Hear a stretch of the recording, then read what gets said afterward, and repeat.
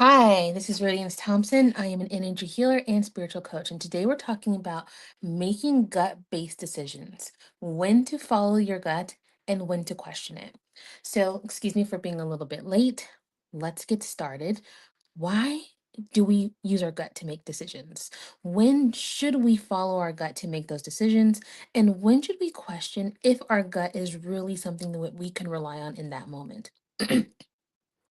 This applies to you if you use your gut to make decisions when it comes to your business. Perhaps you have an idea that you're about to launch and you're wondering if you should move forward with that idea because you're questioning if you have to pivot um, from previous ideas that have shown that they work. Perhaps you're making a big financial investment and you're wondering to move forward on staying in the stock that you've already invested in or to jump ship and you're wanting to you're asking yourself if you should invest in a new stock. Perhaps you're wondering if you should stay in that relationship that you've been in for 5 years, even though you've been questioning if it's time to move forward. So when you use your gut to make those big decisions, when is the right time to use it and when is the right time to question your gut?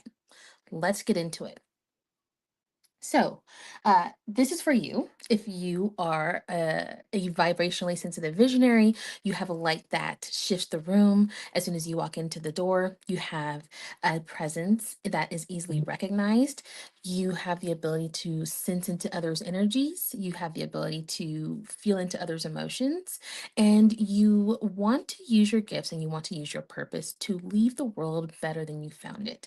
And you use your gut to make decisions that allow you to either move forward faster towards your goals to get to your next level, or you want to create a stillness and decipher before you make decisions using your gut. This live is for you. So, as someone that has already achieved a level of success in your life, you want to use your gut to make decisions and you want to know that you're moving forward toward in the right direction in a way that in a way that you're progressing faster towards your goals or at least in a way that you can feel certain that you're moving in the right direction. So you may look at data when you're making decisions.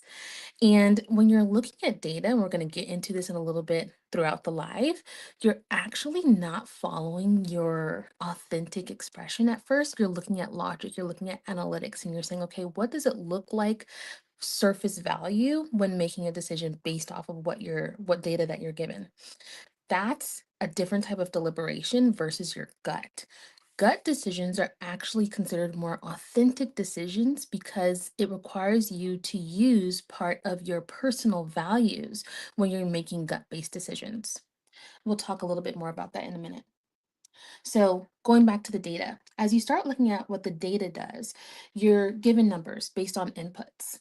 And the data that you deem is important. And you go to ChatGPT and you're asking people in your immediate circle, like, what do I do with this particular decision? And you're asking people that you trust. You're asking people that you trust in your field. And you're having this inner and outer deliberation.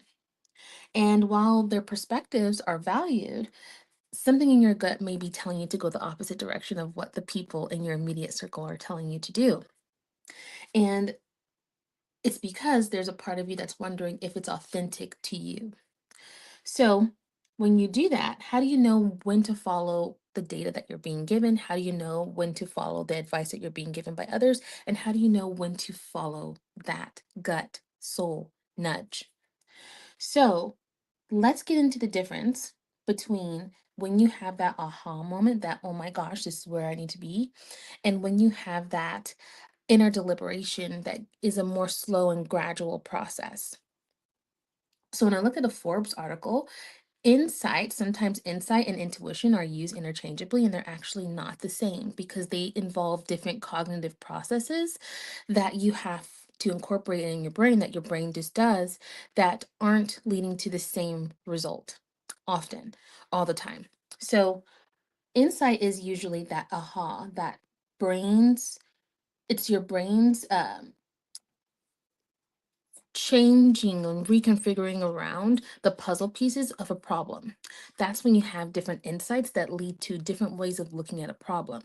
Intuition is more of a gradual, neutral process that involves pattern recognition and your brain's ability to perceive patterns.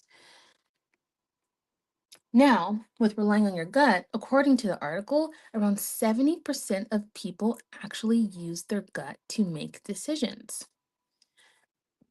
Now, the problem with that is you have to know when your gut is being influenced. Excuse me, I just ate a little bit. When your gut is being influenced by either overthinking or emotional things that you're carrying around, past experiences that are influencing your gut decisions, how you're being dysregulated in the moment that you're making a gut based decision. Now, in a 2017 article that was published in Sage Journals, now this is for clinical psychology studies. Let me say that again because that's a word salad. Clinical psychology studies in a Sage journal. In a 2017 study, what they did is they had about 111 people and they said, okay, well, let's see how we can test intuition and how it's affected by overthinking, by anxiety. And what they did is they had three separate groups within an 111 study group, 100 persons, 111 person study group. They had three separate groups. They had a group that was just neutral. They weren't given any type of um, anything that was going to induce some sort of emotional response. And then they had one group that was given a positive emotional response. And then they had another group that was given a response that allowed them to create anxiety. Now, in the group, they had them test with puzzle pieces. And they said, okay, well, let's just see which group gets this done faster based off of intuition. And what they found was that the group that was given anxiety didn't perform as well as the neutral group and the positive emotional group. So let's make a differentiation right now as well. This doesn't mean that the people that had identified as having anxiety already were going into the study saying, okay, I have anxiety already. This is going to be part of um, a negative factor. People that were given anxiety at the moment were the people that performed the least, the worst. So, this is to say that you can be someone that classifies themselves as having anxiety, yet, if you're able to self regulate in the moment where you are making gut based decisions, that means that you have a higher chance of actually tuning into your intuition versus allowing overthinking and anxiety to make that decision for you. So it matters that if you are someone that is having anxiety while you're making a gut based decision, that your brain will block pattern recognition when you're in that anxious state. This means that your intuition is dependent on your level of self awareness and your ability to self regulate in the moment that you're making a gut based decision. Now, this means you need to notice your internal state when you're making decisions. Does your intuition feel clear, sudden, neutral, like a knowing, or calm certainty? Or if you are carrying around anxiety, does your anxiety create a sense of urgency where you have cluttered or racing thoughts? Self doubt is percolating in your frequency, and you're having this continuous race of thoughts with no end, no solution in sight. You have to have an inner discernment within yourself to see how your internal state is affecting your gut based decision. Now, feel into your body. Do you notice subtle body cues? Or does a sense of this feels right? Or do you notice a tightness in your chest, heaviness in your shoulders, your hand shaking, or sweaty palms? Do you have throat tightening? Having subtle body cues is a way of saying I'm in a neutral, calm state that I can tune into my intuition. Having all of the tightness and heaviness and sweatiness in your body when you're about to make a decision is a sign that that your anxiety is influencing your gut-based decision, and you're probably not tuning into your intuition. Now, if you are having thoughts during your gut-based decision that you're making, are those thoughts emerging naturally? Are you going down a rabbit hole of hypothetical situations, of Murphy's Law, the worst possible thing that could possibly happen you're starting to think about? Are you going back and forth in your head about the past and the future, or are you present and grounded in the now? Knowing this difference is the difference between knowing if your self regulation is at play when making a gut based decision. Now, note that intuition is something that is effortless and arises fairly quickly, and anxiety takes up a lot of mental effort and is exhausting and causes you to obsess over options. Now, when you make a logical based decision versus a gut based decision, there's usually some sort of inner deliberation, as I was talking to you about earlier, where you are looking over data, you're looking over numbers, you're looking over analytics. This is where you go into Chat GPT. And this is where you outsource your authenticity to analytics, to artificial intelligence. This is where you outsource your connection to divine intelligence to artificial intelligence, because you make gut based decisions based off of your personal values, based off of what resonates and feels the best for you. In a study that was published in Cognition, they found that when they told participants that they were going to make a decision and to make it based off of what they felt was authentic to them, they usually relied on their gut versus what they were given on paper, what sort of data that they were presented with. So, when you're making gut based decisions, it's important to ask yourself what you're channeling in that moment. Are you channeling and reliant on artificial intelligence? Are you outsourcing the inner trust that you have for yourself on artificial intelligence? Or are you looking at how you feel within? Are you feeling centered within? Are you being introspective? Are you connecting to the divine intelligence that exists both inside of you and outside of you? When you do that, that is when you are connecting with your gut and also making sure that you're in a calm, neutral, present state. Now, excuse me, I'm going to say this and I'm going to leave it right here. Relying on your requires a high level of self awareness and the ability to pause and tune in and allow the right decision to come to you could be the difference in you actually making a gut based decision and you making an anxiety ridden decision that feels heavy in your gut. So it's telling you to go left when maybe you should go right.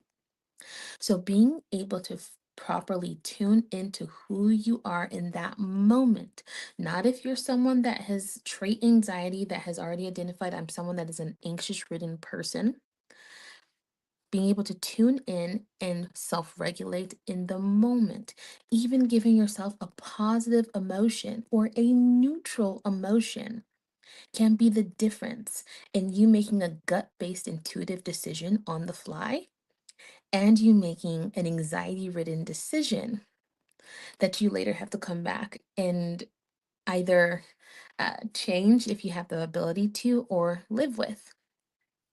So, one thing I want you to take away from this is there's power in neutrality. There's power in creating a positive emotional state. And I know that it's not always easy to create that neutral or positive state when your external reality is regurgitating towards you a reality that perhaps you don't want to live in that moment. So, one of the things that I do to get myself to just a neutral state, even if I'm like, okay, I don't want to jump all the way to positive, I want to jump to at least a neutral where I'm cool with it or without it. This is where I ask myself something like, what do I not care about ever having in my life again? McDonald's or Burger King. Very simple. Like I can live, even though my inner child loves McDonald's chicken nuggets, I can absolutely live without it forever.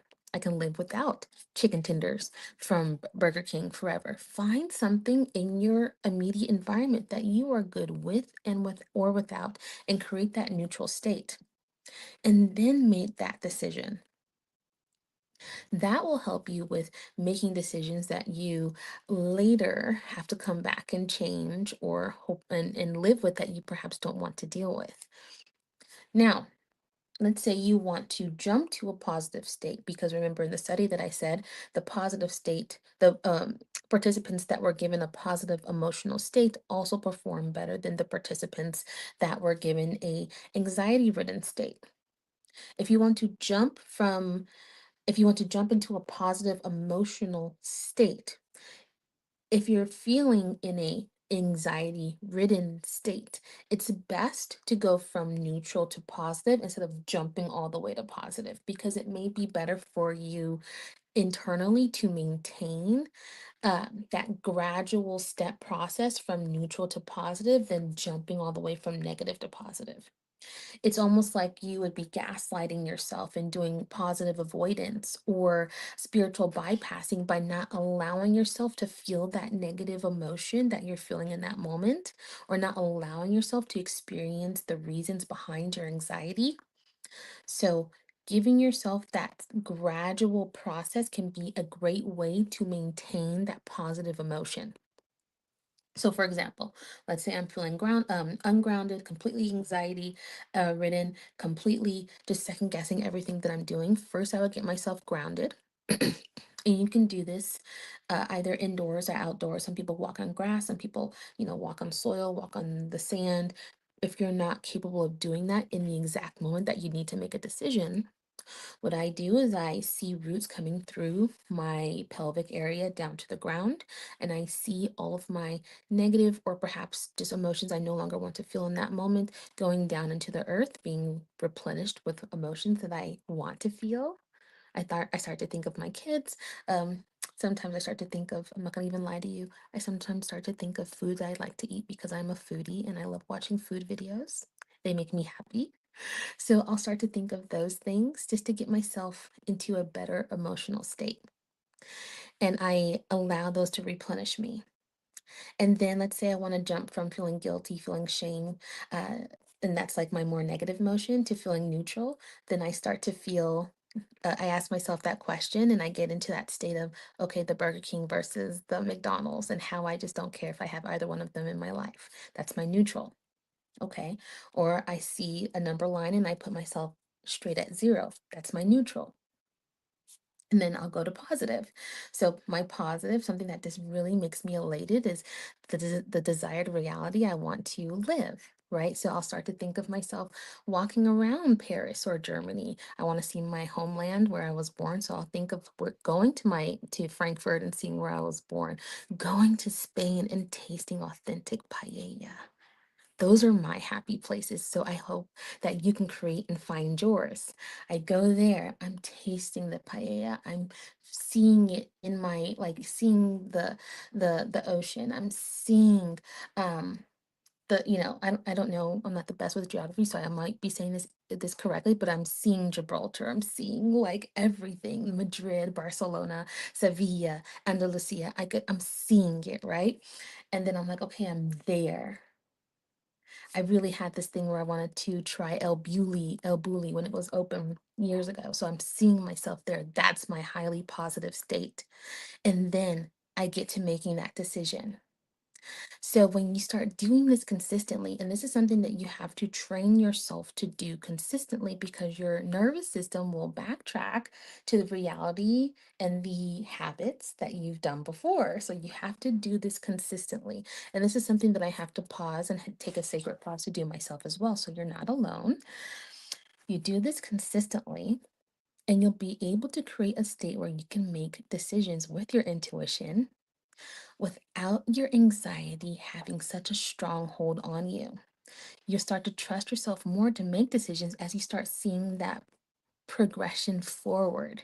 Even when the obstacles seem insurmountable, when you're making these gut based decisions, you'll know that you have the ability to maneuver through those obstacles because you've done it before. And then as you continue to do that, you start to see life is starting to progress forward faster in the direction that you want. You're starting to say, hey, I can trust my guys to help me make decisions. Oh my gosh, look what my source, God, universe, Holy Spirit told me to do in this moment. Look where it led me. Even though it was difficult and I had to roll my sleeves up and get to work, I did it. So you start to have those positive influences where you can use your brain's confirmation bias, where it will literally scan your environment and say, okay, I'm looking for ways to reinforce this amazing feeling that I'm feeling right now and this thing that I've been able to create. So your brain will scan its environment for that to be reinforced. And then when it does that, then you start to find more ways to give yourself pats on the back to move yourself forward faster. And then life starts to transform, even from the most insurmountable or that obstacles that you had perceived were insurmountable at one point. I've seen it happen in my life, and I've seen it happen to others. Then you're waking up, having slow, intentional mornings with your daughter, like I like to have when I can, when I'm not working, because she knows mommy loves to get stuff done. I'm having more time at the beach with my daughter, eating pizza. I love this pizza at the beach in Hermosa. Oh my gosh, it's so delicious. I'm having more of those days because I trusted myself to make decisions in moments where I thought I couldn't, yet I fine-tuned my gut intuition. I fine-tuned my centeredness within myself, and I was able to move forward. And I know that you're capable of doing this too. So we're going to be doing something tomorrow. I told you guys to be on the lookout for something tomorrow. So be on the lookout for that. We're going to be talking about intuition, being self aware, how to tune in and strengthen your intuition, things of that nature. So be on the lookout for the surprise that I have for you. I look forward to seeing you tomorrow and talk to you soon.